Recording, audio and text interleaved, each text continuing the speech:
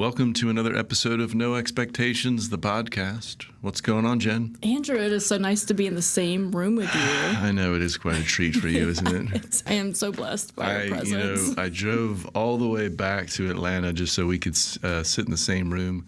I also decided to come and early vote. That was one of the reasons I came back as well. I need to get that done. And we are a few weeks away, just under 2 weeks away. I hope this podcast airs before the election day, but if you haven't voted, early voting's open here in Georgia and other places around the country. Go out and make your voice heard, if not early, but maybe on November 5th, which is a Tuesday. Go make your vote and voice heard. What do you think about that? Absolutely. The good thing about voting early is it will end all of the emails and texts and phone calls that you're getting from people encouraging you to get out and vote. So the sooner you vote, the sooner that you can be removed from the hasn't voted list, and you can do your civil duty and kind of move forward. I mean, I like the idea of not being bombarded with that, but I also like, making my voice heard. So get out there and do what you've got.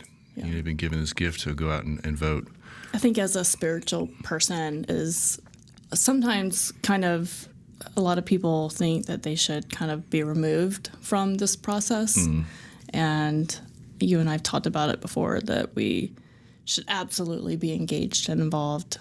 Yeah, we can't turn away, even though it might, and to some of us might, politics in general and the rhetoric might be repugnant and might feel like it's beneath us.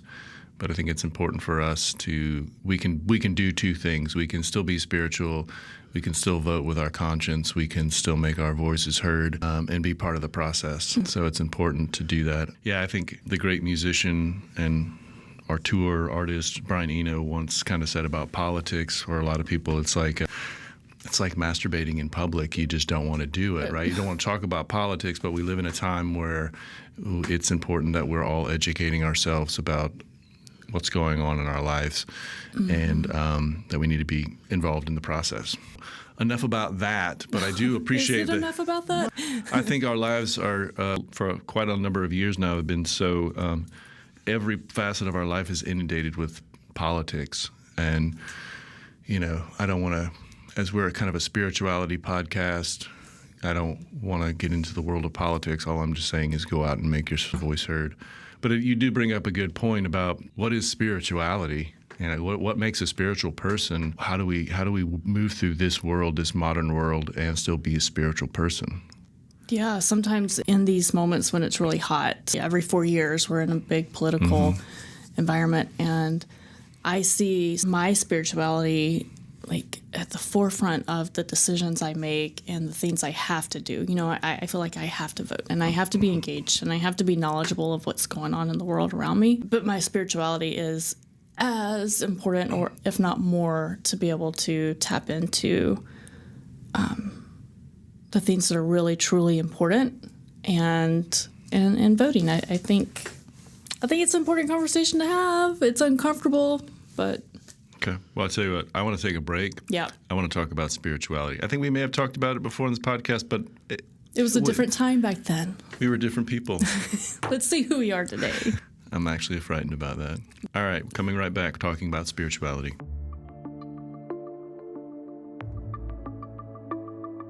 This is No Expectations, the podcast where we have unedited, lively conversations about spirituality, Zen Buddhism, holistic living, and everything in between.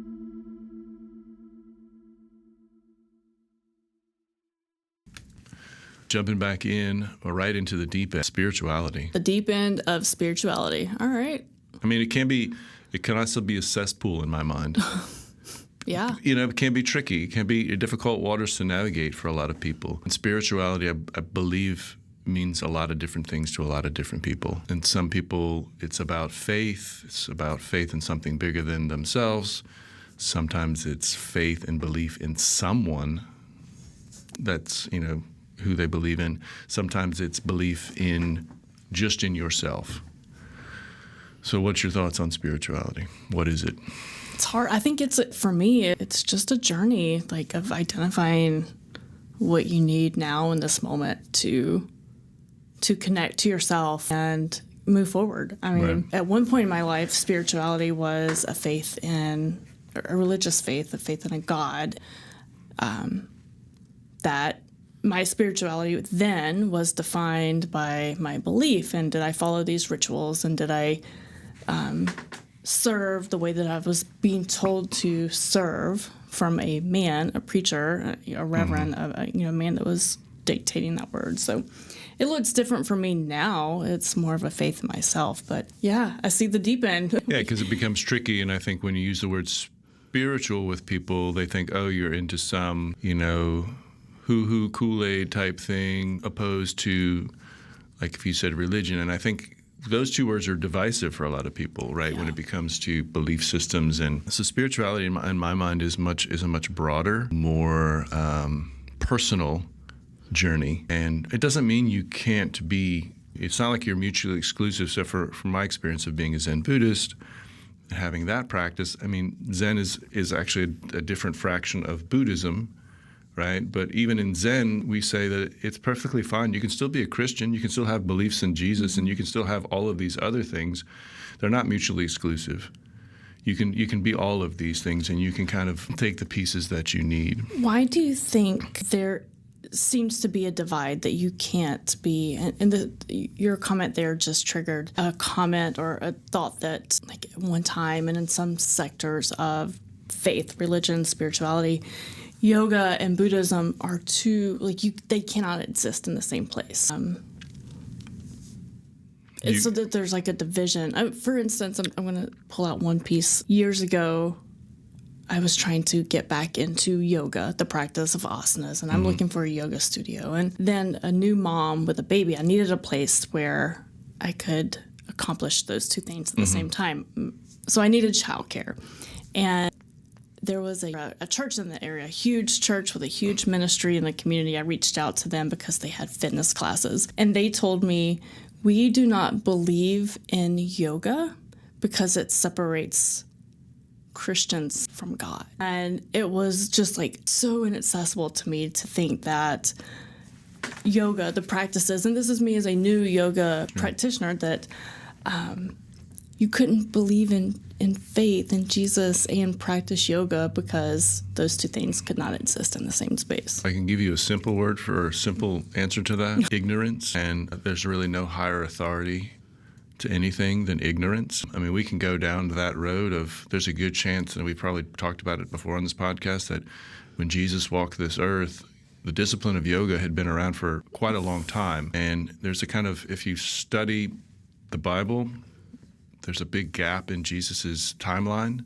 There's a great possibility that he went to India or studied with a guru or a sage the discipline of yoga, because the messages are very similar. Buddhism also borrows a lot from the discipline of yoga, and that existed a couple thousand years before Jesus walked the earth. And so there's nothing wrong with, like, when you look at history, if you got a good message, like if the message is peace and love, compassion, that's a solid message. Why not borrow pieces of it? And why not bring it back to your people in a way that it's accessible for them? Yeah.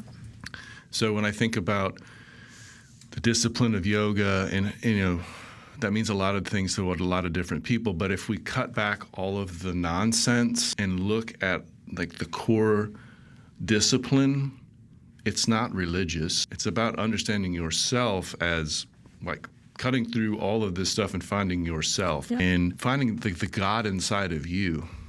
Like, your body's the temple, and inside that you worship to your own God. And that may sound like egocentric or self-centered, but it's not. It's about cultivating all of those components inside of yourself, because we've talked about here on this podcast before, if you're worthless to yourself and you're not taking care of yourself inside and out, you're not going to be able to help the people around you and radiate further.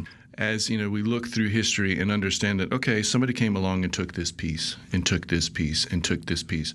So back to your thing of, I wanted to go do yoga asana at a Christian-centric, whatever it was, workout facility, and they didn't understand the difference. That's an ignorance problem. Yeah, that made sense to me.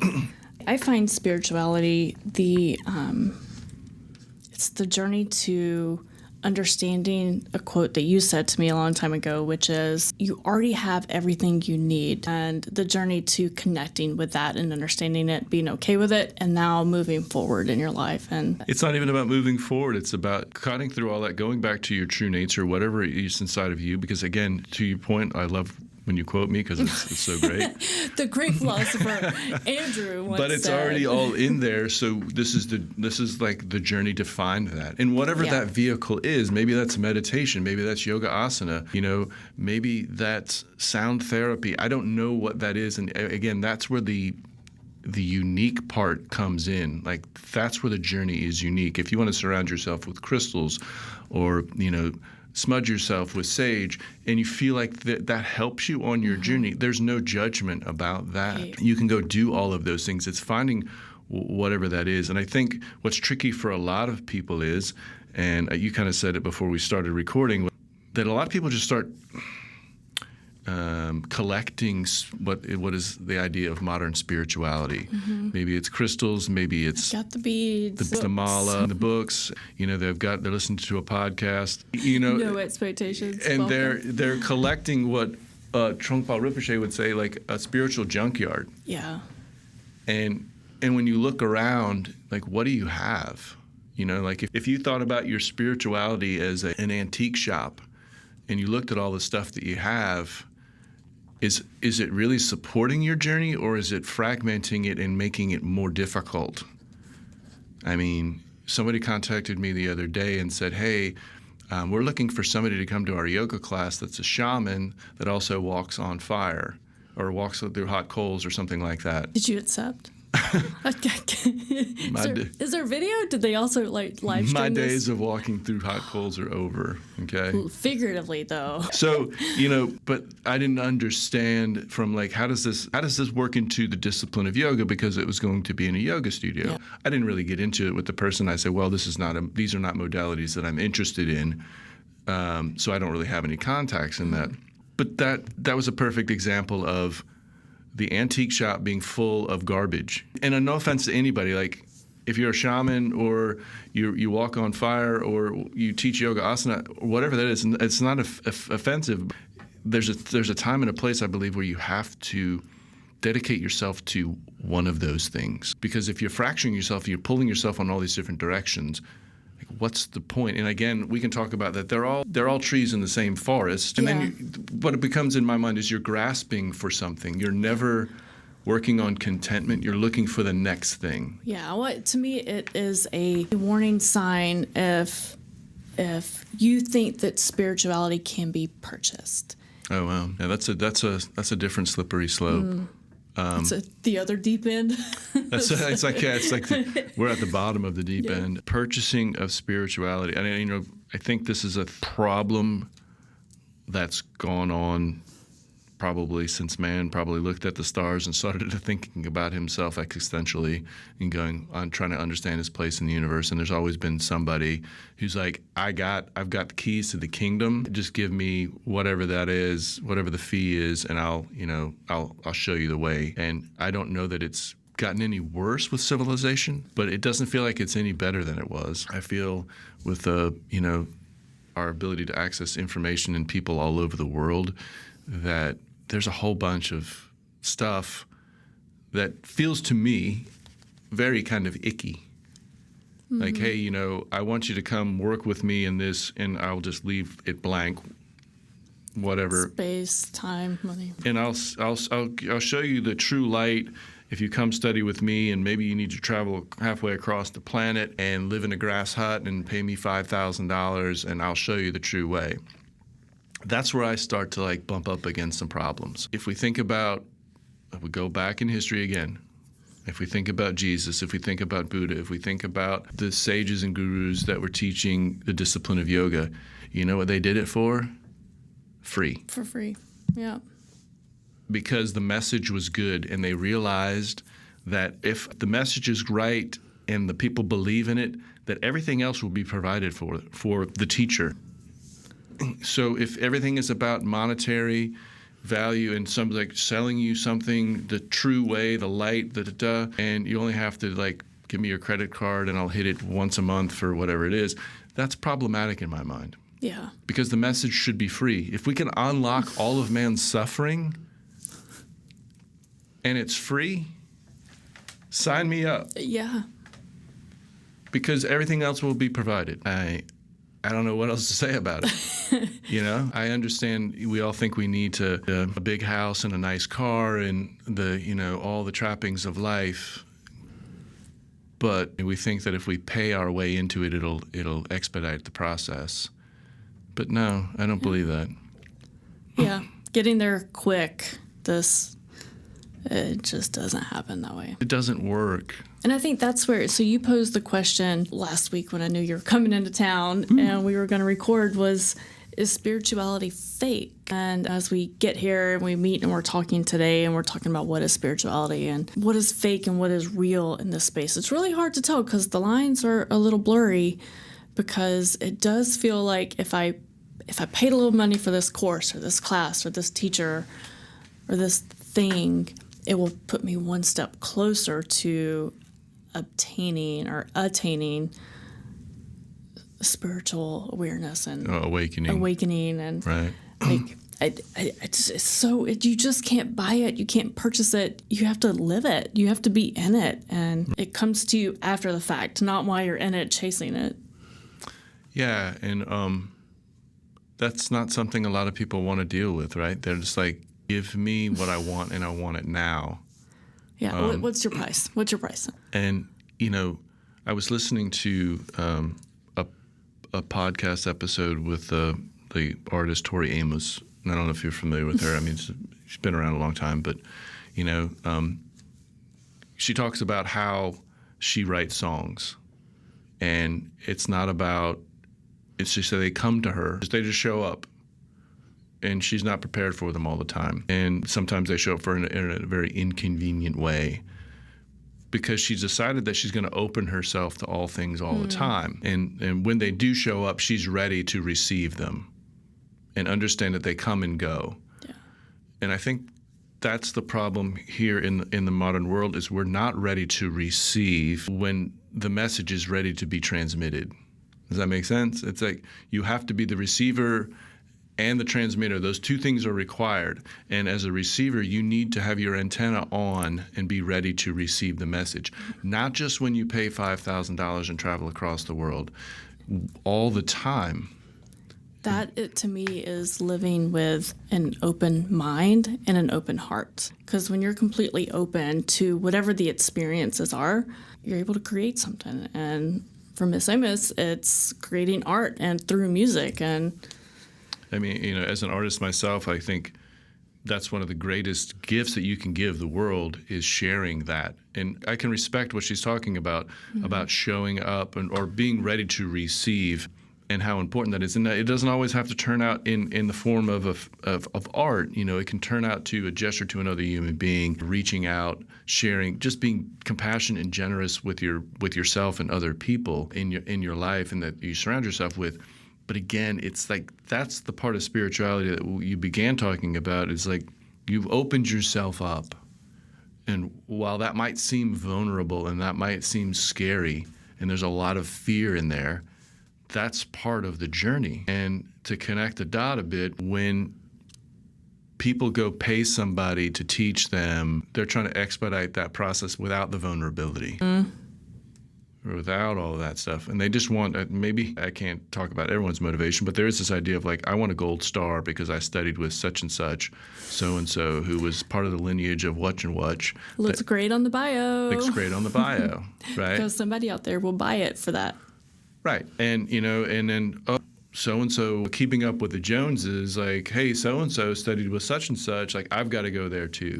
There's the only way that I'm going to be able to deepen my spirituality is by going there. Again, I'm not judging anyone's process, but could you find the same thing by sitting with yourself? That's the challenge. In any form. Yeah. In any form. You don't have to sit on a zafu. You don't have to sit in Bali. You don't have to, if you could just sit at the middle of the airport or while you're waiting to vote, whatever that is, Could you just sit and be okay with yourself without somebody telling you what to do? Yeah. I think that goes back to you have everything you need, but if you're not giving yourself time to find it, it's going to be harder to reach and you can't buy it. It's not going to just come to you easy. I think we're still aligned with what spirituality means to us. It can be any of those things, whatever your belief system is, and you can integrate that into your life. I firmly believe that you can practice asana and you can go to church on Sunday. You can sit on a zafu and meditate in a Zen manner, and you can still go to synagogue. You can be all of these things. There's nothing wrong with that. You can key your own key in a manner that helps unlock that journey for you.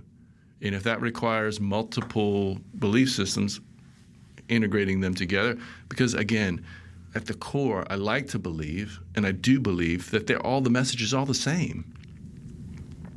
Like, we're all after the same thing, right?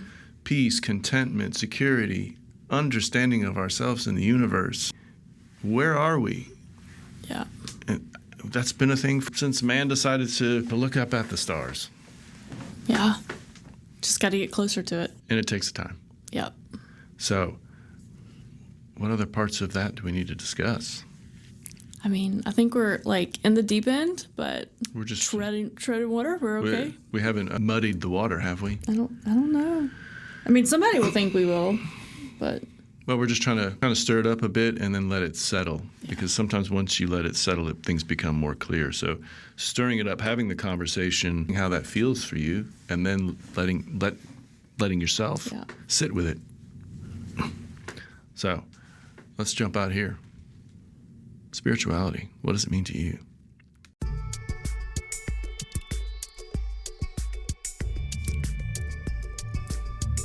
thank you for listening to No Expectations, the podcast. You can like and subscribe and follow us on Instagram at No Expectations, the podcast.